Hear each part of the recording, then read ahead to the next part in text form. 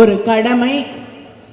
நாம் இத்தனை ஆண்டுகளாக திராவிட இயக்கத்தின் வழியாக போராடி பெற்றிருக்கக்கூடிய உரிமைகளை பாதுகாக்க வேண்டிய கடமை நம் அத்தனை பேருக்கும் இருக்கிறது. இந்த தேர்தலிலே நம்மை எதிர்த்து களத்திலே நிற்கக்கூடியவர்கள் அதிமுக மட்டும் இல்லை. அவர்கள் ஒவ்வொரு தேர்தலிலும் நமக்கு எதிராக நிற்கக்கூடிய அரசியல் எதிரிகள்.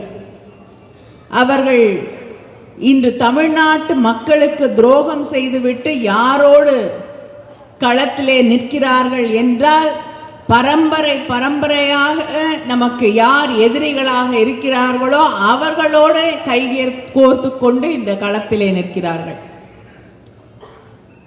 பிஜேபி உங்களை அத்தனை பேருக்கும் தெரியும்.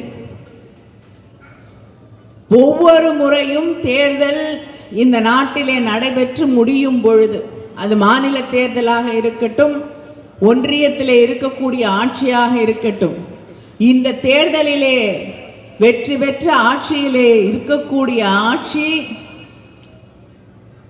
மக்கள் வாக்களித்து வெற்றி பெற்ற ஆட்சியா அல்லது தேர்தல் கமிஷன் உதவியோடு அங்கே வீற்றிருக்கக்கூடிய ஆட்சியா என்ற கேள்வியை மக்கள் மனதிலே மிகப்பெரிய ஒரு கேள்விக்குறியாக மாற்றி இருக்கக்கூடிய நிலையை நாம் பார்த்து கொண்டிருக்கிறோம்.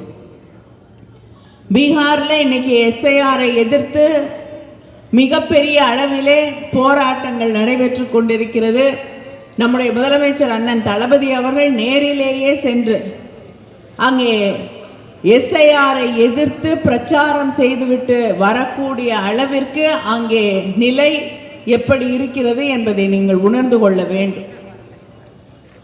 மகாராஷ்டிரால நடந்து முடிந்த தேர்தலிலே புதிதாக ஒரே பில்டிங்ல 5000-6000 வாக்குகள் ஒரே இடத்துல, ஒரே கட்டிடத்தில் இருக்கக்கூடிய ஒரு இடத்துல, அந்த அட்ரஸ்ல 6000 வாக்குகள் புதிதாக சேர்க்கப்பட்டிருந்தது.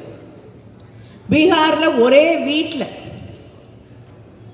ஒரே ரூம் இருக்கக்கூடிய ஒரு வீட்டில், அங்க இருக்கக்கூடியவங்களுக்கு கூட ஓட்டு இல்லை, 2 பேர் தான் இருக்காங்க வீட்லயே.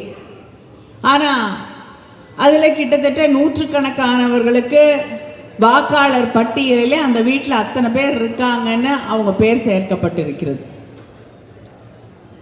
பல